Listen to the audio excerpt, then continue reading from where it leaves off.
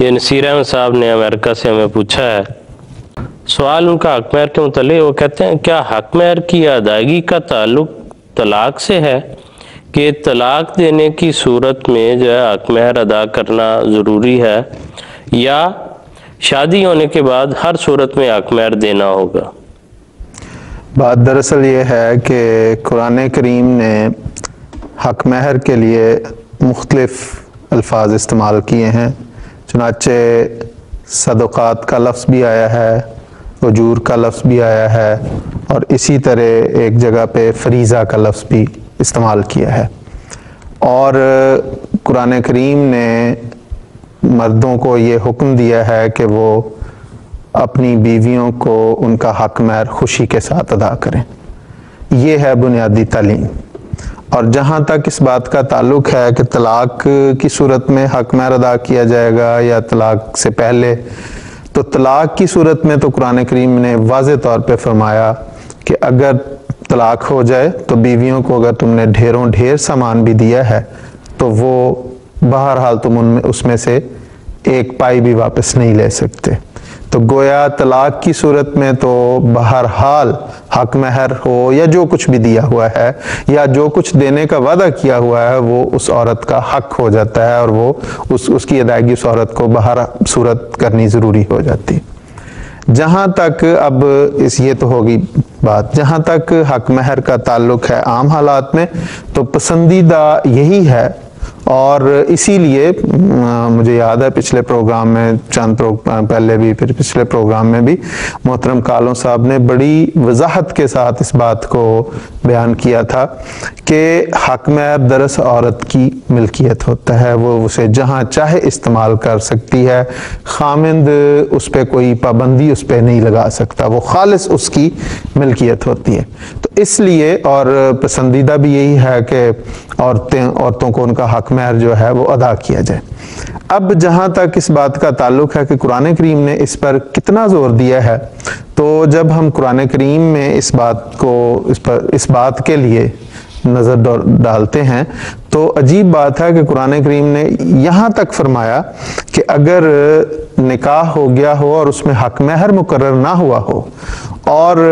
رخصتانے سے قبل طلاق ہو جائے تو پھر بھی مومنوں کو یہ حکم دیا کہ کچھ نہ کچھ معروف طریقے سے ضرور دے کے اس عورت کو رخصت کرو. کیونکہ اگر تو رخصتانہ ہو چکا ہوتا، خلوت سیاح ہو چکی ہوتی، تو پھر تو بہر صورت حق مہر اگر نہیں بھی پہلے مقرر کیا تو پھر کچھ نہ کچھ جو اس کے لیے پھر ایک لمبی بحث ہے. فقہا نے کہا کہ مہر مثل اس کا ہوگا، یعنی وہ دیکھا جائے گا کہ فریقین کا جائزہ لے کے کہ کیا ان کا مہر ہو سکتا ہے، وہ بہرحال عورت کا حق ہو جائے گا. لیکن اگر رخصتانہ نہیں بھی ہوا اور پھر طلاق ہو گئی ہے تو پھر اسلام نے کہا ہے کہ قرآن کریم کہتا ہے کہ پھر بھی کچھ نہ کچھ ضرور اس کو ادا کرو. اور اگر حق مہر مقرر کیا ہے اور پھر قبل از رخصتانہ طلاق ہو گئی ہے تو پھر قرآن کریم کہتا ہے کہ نصف حق مہر بہرحال اس عورت کا ہے. ایک تو یہ بات ہو گئی. اس کے علاوہ آپ عجیب بات ہے کہ قرآن کریم کہتا ہے کہ اگر تم آزاد عورتوں سے نکاح کرو اس صورت میں بھی حق مہر لازمی ہے طور پہ باندھو. اگر تم ایسے لوگ جو آزاد عورتوں سے نکاح کرنے کی استطاعت نہیں رکھتے، غریب ہیں مالی لحاظ سے، اور وہ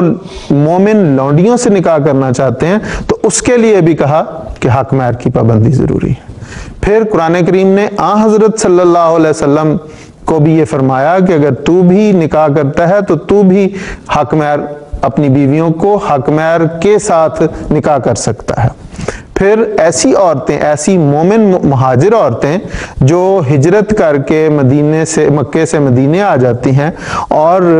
اسلام یا جو بھی اس وقت کا نظام ہے وہ مالی معاوضہ دے کے ان عورتوں کو ان کے خامدوں سے، منکوحہ عورتیں ہیں، ان کی خامدوں سے اگر وہ آزاد کرواتی ہے، ان کے نکاحوں سے آزاد کرواتا ہے نظام، تو ان کے متعلق بھی کہا کہ اگر ان کے ساتھ بھی کسی نے نکاح کرنا ہے تو تب بھی وہ حق مہر ادا کرے گا، حق مہر مقرر کرے گا. تو اتنا زور حق مہر پہ قرآن کریم نے دیا.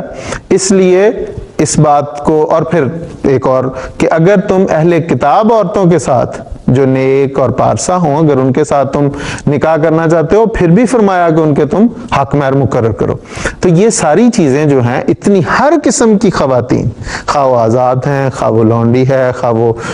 ہجرت کر کے آئی ہوئی ہیں جن پہ پہلے تم لوگ خرچ کر چکے ہو، خواہ وہ اہل کتاب ہیں، یہاں تک کہ حضرت اقدس محمد مصطفیٰ صلی اللہ علیہ وسلم کے لیے بھی حق مہر کی مقرر کرنا ضروری قرار دیا۔ اب یہ ایسی چیز ہے کہ اگر یہ صرف مقرر کرنا ہی ہوتا، نہ دینا ہوتا تو کوئی فائدہ نہیں۔ اسلام کا کوئی بھی حکم بے فائدہ نہیں ہے،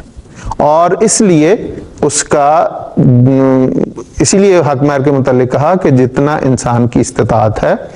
اس کے مطابق حق مہر مقرر کیا جائے۔ اور بڑی تفصیل کے ساتھ محترم کالوں صاحب نے اس پہ روشنی ڈالی کہ ان ملکوں میں بھی بڑی معمولی رقم بنتی ہے 10,000 پاؤنڈ یا 10,000 یورو یا 10,000 ڈالر، اس لحاظ سے کہ اگر ہم یہ دیکھیں کہ وہ اس کی کمائی کتنی ہے،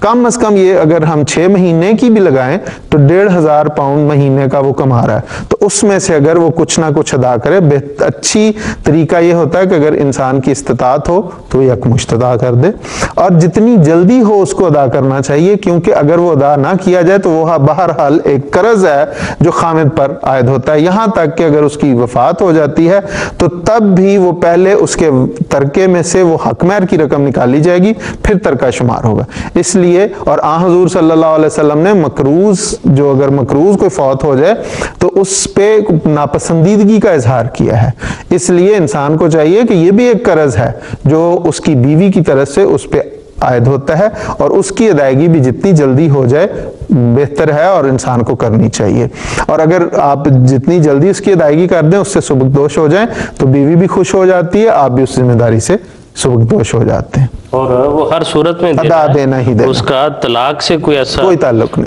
نہیں ہے کہ صرف طلاق کی صورت میں دینا ہے۔ طلاق کی صورت میں تو اس لیے وہ دینا کہ وہ چونکہ تعلق وہاں رک گیا ہے اور وہ لازمی وہاں دے کے تو ختم ہو جائے گا، ورنہ تو ہر صورت میں جو ہے وہ ادا کرنا ہے انسان نے۔ اس لیے جیسے محترم زیر صاحب نے فرمایا کہ جتنی جلد ممکن ہو انسان کو وہ ادا کر دینا چاہیے۔ اور جہاں تک اس کے متعلق ہے کہ بیوی نے معاف کر دیا ہے، تو اس کے حوالے سے ہم اپنے پہلے کئی پروگراموں میں ذکر کر چکے ہیں کہ سیدنا حضرت مسیح موعود علیہ السلام کے